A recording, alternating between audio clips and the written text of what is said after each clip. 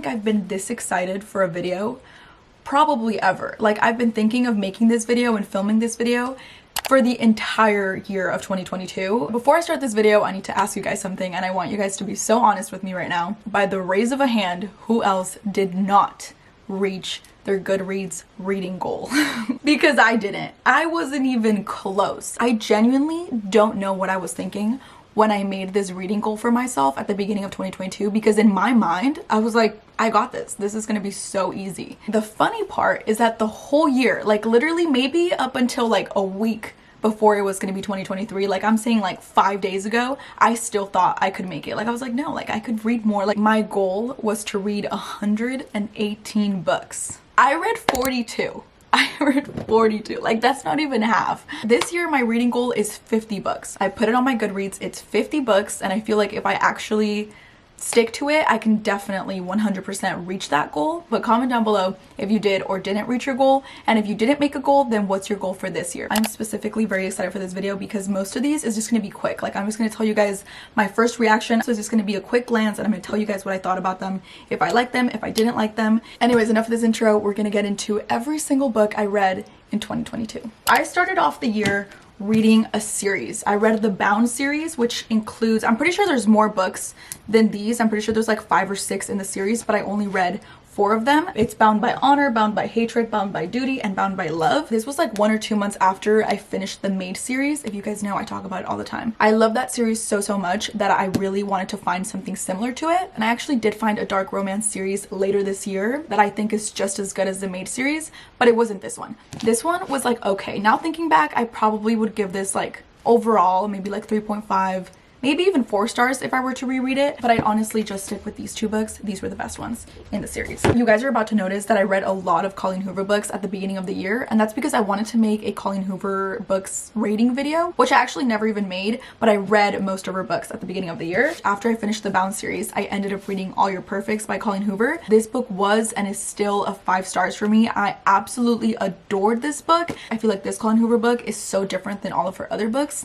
and it is just so good. Highly recommend. 5 stars. Next, I read Heartbones by Colleen Hoover. This was also, I'm pretty sure I rated this 5 stars when I finished it. Thinking back, I'd probably give it like a 4 stars, maybe 4.5. The storyline was very good in this book, and I think this has the perfect amount of depth, so it's not too sad, but it's also not too cheesy. Then I read Reminders of Him by Colleen Hoover. I was literally crying at the end of it. I loved every single point of this story. If you've read other Colleen Hoover books and you have like mixed opinions about her books and her writing, I still highly recommend you read this one because I think this is a book where she redeems herself. Like every other book doesn't matter as long as you read this one. It's so good. Next, I read Confess by Colleen Hoover. I think this was like right after I read Reminders of Him, and I was finding it really hard to find reasons to love this book. I don't think I'd recommend this book too much. I just didn't connect with the characters and the story. It kind of bored me at some parts, I'm not gonna lie.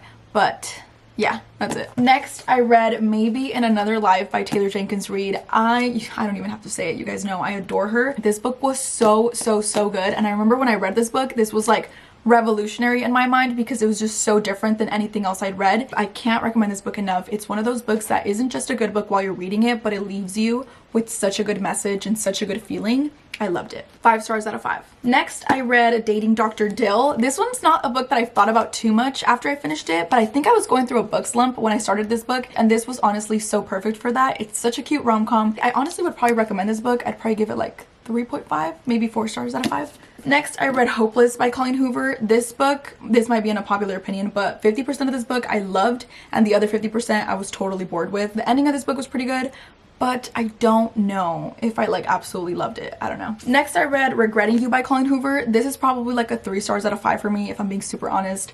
I don't know. I think it was a good message and it was like a good storyline, but I was not vibing with it at all. These are all Colleen Hoover. Next, I read Layla by Colleen Hoover. It is another kind of like psychological thriller, but I did really enjoy it. It's a lot more slower I would say, than Verity was. I think with Verity, I was at the edge of my seat the entire time I was reading that book. I loved it, but this one's kind of like a slow burn thriller, if that's a thing. It takes time for you to get really, really invested, but when you do, it's amazing. Next, I read Without Merit by Colleen Hoover. I don't even have that many opinions about this book. I just didn't really like it at all. It's so funny that I think that way now, because when I finished it, I was trying so hard to like find the good in it when I was making my like Goodreads review. But thinking back to it now, I just really, really don't like high school romances, and that's basically what this book is. So it's not that the book was bad, I just didn't really vibe with it. Next, oh, I am so excited about this one. Next was Malibu Rising by Taylor Jenkins Reid. This is not just one of my favorite books of the year, but this is one of my favorite books in general. Don't wait till the summertime. I know we all say like, this is such a good summer book, but it's not. It's a good book at any time of the year. It's amazing. The storyline is so good. I could not recommend this book enough. The Secret History by Donna Tartt. This book I have like so many mixed emotions about, because I genuinely don't know if it's one of the best books I've ever read or one of the worst books I've ever read. I have no idea. It took me so long to get through this book that by the end of it I was just like, I don't even know if I like enjoyed this or if I didn't enjoy it. The detail and the whole writing style of this book was amazing. But I still have to like gather my thoughts and figure out if it's one of the best or one of the worst. I can't decide. Next, I read The Summer I Turned Pretty by Jenny Han. I kept saying so many times throughout this year that I was going to get to reading the second and the third book in the series, and I never did. And I don't know why I didn't read it, because this book specifically I really enjoyed. I thought it was just going to be like an easy breezy little summer read, but it ended up being a little deep towards the end. I was like almost crying. Very good book. I honestly really enjoyed it, and I hopefully will read the rest of the series this year. Okay, next book I read was The X Talk. I specifically remember that it was at the middle of the year where I started reading books that I really wasn't liking, and I was just having to get through them, and it was just putting me in the worst book slump. This was one of the books that I just felt like I had to read it because I had already started it. There was actually nothing wrong with it. There was just also nothing that really made me love it. Like there was nothing memorable about it for me. So yeah. Next, I read Birds of California. When I was reading this book, my book slump was so bad. Like I was like, I desperately need something to remind me of why I like reading, to remind me what a good book is. And I read this one, and this was kind of like a little rom-com situation, and it was just what I needed. It was so good. Now thinking back, I'd probably say that it wasn't like amazing, but in the moment it felt like a breath of fresh air. Next, I read Book Lovers by Emily Henry. Ugh, this book was everything and more. I remember the Instagram story that I made right after I finished it, just saying how badly I wanted to read a book like this one. This one was just amazing. I love this book. 5 stars out of 5. Next, I read The Roughest Draft. I love this book so much too. This was definitely a slow burn. Like the whole way through, it was a slow burn, but there was close proximity, so it made the slow burn not so boring. This one, like I've said many times, is a slow burn done right. Next, I read After I Do by Taylor Jenkins Reid. This book was also really good. I wouldn't say it's one of my favorite Taylor Jenkins Reid books. I think there's a lot of really valuable lessons in this book. So for somebody that's married, I think you would find this book really intriguing. Next book I tried to read, because this book, there were 2 books. Actually, oh, they're both right here. There were 2 books this year that I could not finish. Usually I never do that with books. Like there's a couple books that I read that I probably wished I hadn't read and hadn't spent my time reading. But these 2 books, I don't know what was going on with me in the moment, or if they were just really that bad, but I could not finish these books. I don't know why I didn't finish this book. I just really wasn't into it. I've heard a lot of people say really great things, and I've heard other people say horrible things, but since I already have it and I already bought it, I might give it another go. If you've read this book and you like it, let me know down below if I'm gonna waste my time or if I'm actually gonna learn something from this book. Then it was this one. This one I know is bad. Like I'm not even thinking of reading this book at all. I might just give it away to somebody. Maybe I'll get to it during the summer, but I don't know. Did not finish it. Didn't like it. Next, I read a book that I did really like. I loved this book. This is Every Summer After by Carly Fortune. This is when my love for reading started to come back. Like after reading these 2 books, I'm like, what is wrong with me? Like, what is going on? I read this one and I'm like, okay, it's all coming back. You know what I mean? Like my love for reading is here and it's here to stay. I've heard a lot of people say they don't like it because it's really similar to Love in Other Words. Love in Other Words to me is a whole masterpiece. I adore that book. It's one of my favorites. And a lot of people said they didn't like this one because it's very similar to that one. But I love this book specifically because it is like that one. Like I loved reading about it and getting the same kind of vibes like the other one. However, the ending in this book is incredibly different than the one in Love in Other Words. There's just a whole lot of everything in this book, and I loved it so much. And then I read this one. This is The Summer of Broken Rules. This is another unpopular opinion, but I didn't really love this book that much at all. If I'm being super honest, it took me like 2 weeks to get through this book. I was like, what is wrong with me? I still feel like it has good attributes. I just didn't really vibe with it, as I've said like 100 times. Next book was Funny You Should Ask. I loved this book. This was another one of those books that came to me at the perfect time. Like I just desperately wanted to read something worth reading. The whole storyline is very different than any of the romance books that I've read, and I just thought it was so good. It was just perfect for what it was, and I loved it. Oh, here we go. I don't even want to talk about this. I don't even know why I read this book. This is why I don't go on like the rabbit hole of TikTok, because then I start finding like recommendations that aren't really like aligned with the genres that I like and stuff like that. I've already said this once, but I think if I was in middle school, I would have ate this book up. I didn't like it one single bit, but I did finish it, so I have to find some sort of like redeeming qualities because I did spend like a whole week trying to finish it. It's a cute summer read. If I were to read this in one single day and never think about it again, it's not bad. It just was not for me.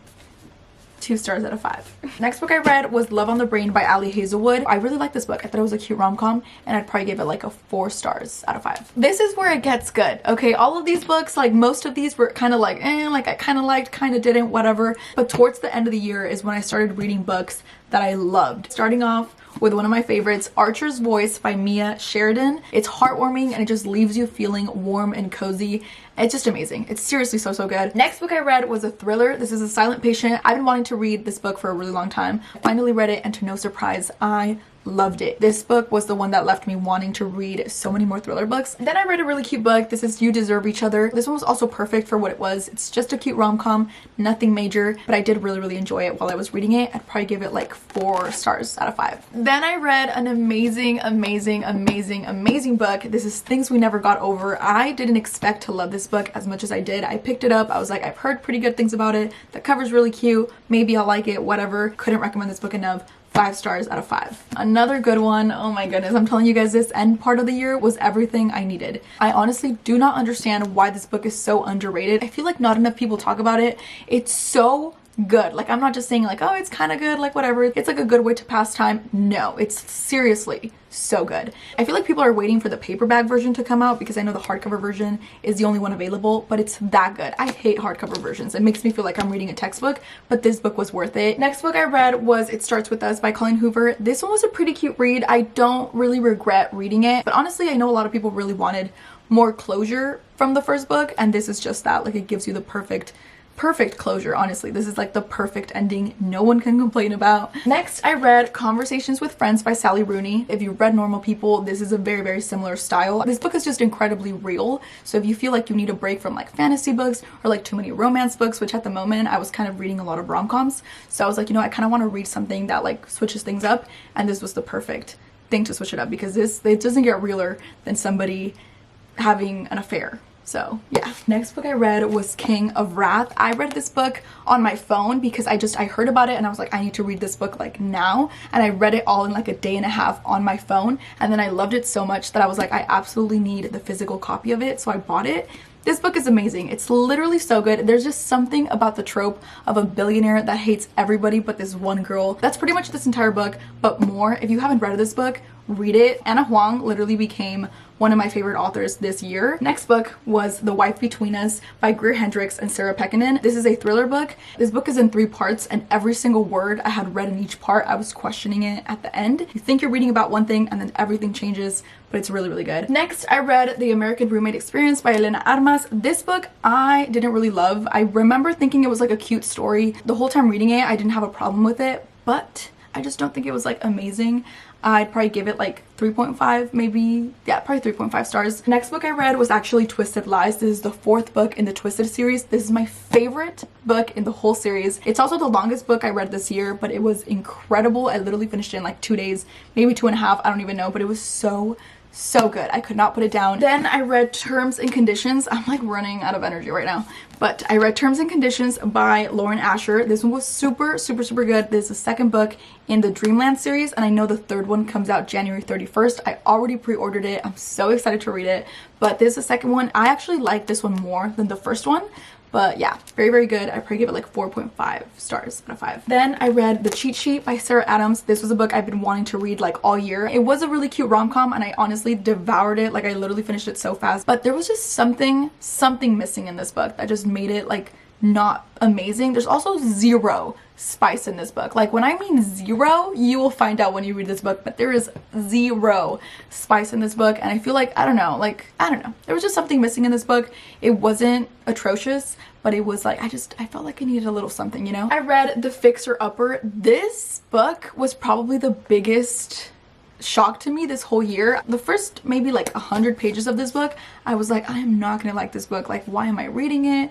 I'm not gonna like it. Like, I already know it's gonna be cheesy, it's gonna be corny. Fast forward to me getting to the end, I was like obsessed with this book. This whole story could have ended up being like the most cheesy thing I've ever read, and it ended up having like the perfect ending. Don't let the cheesy cover fool you. It is a very cute rom-com, but it also is just an amazing overall story. I loved it. The last two books of this video and the last two books of the year, I read these two books the last week of December. Starting with this one, this is Meet Me Under the Mistletoe. I'm not even gonna like go into too much detail about this, but I did not really love this book at all. And I think that's simply because like it just reminds me of a whole ass Hallmark movie. Like, the whole time I just was thinking of a Hallmark movie. This was like a 2.5 stars for me. I'm so glad that was not the last book of the year, because I would have been so sad and so disappointed. I ended up reading Twisted Hate. This was the last book of the year. I finished this the first day of the year, so it still kind of counts. This book was so good. Was it as good as the fourth one? No. The fourth one is my favorite Twisted. Actually, the second one is really good. Book 2 and 4 are my favorite in the Twisted series, but this one was also super, super good. It was an enemies to lovers, and it was really, really, really good. That is it. That is all the books that I read in 2020. Oh,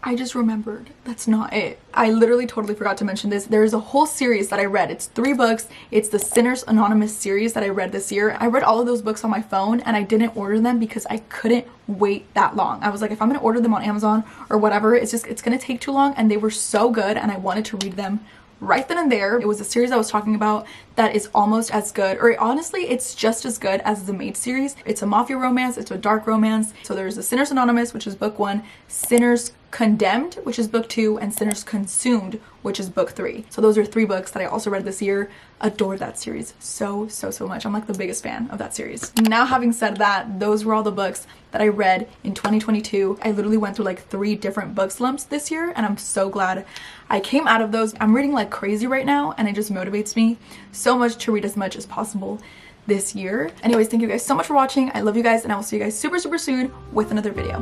Bye.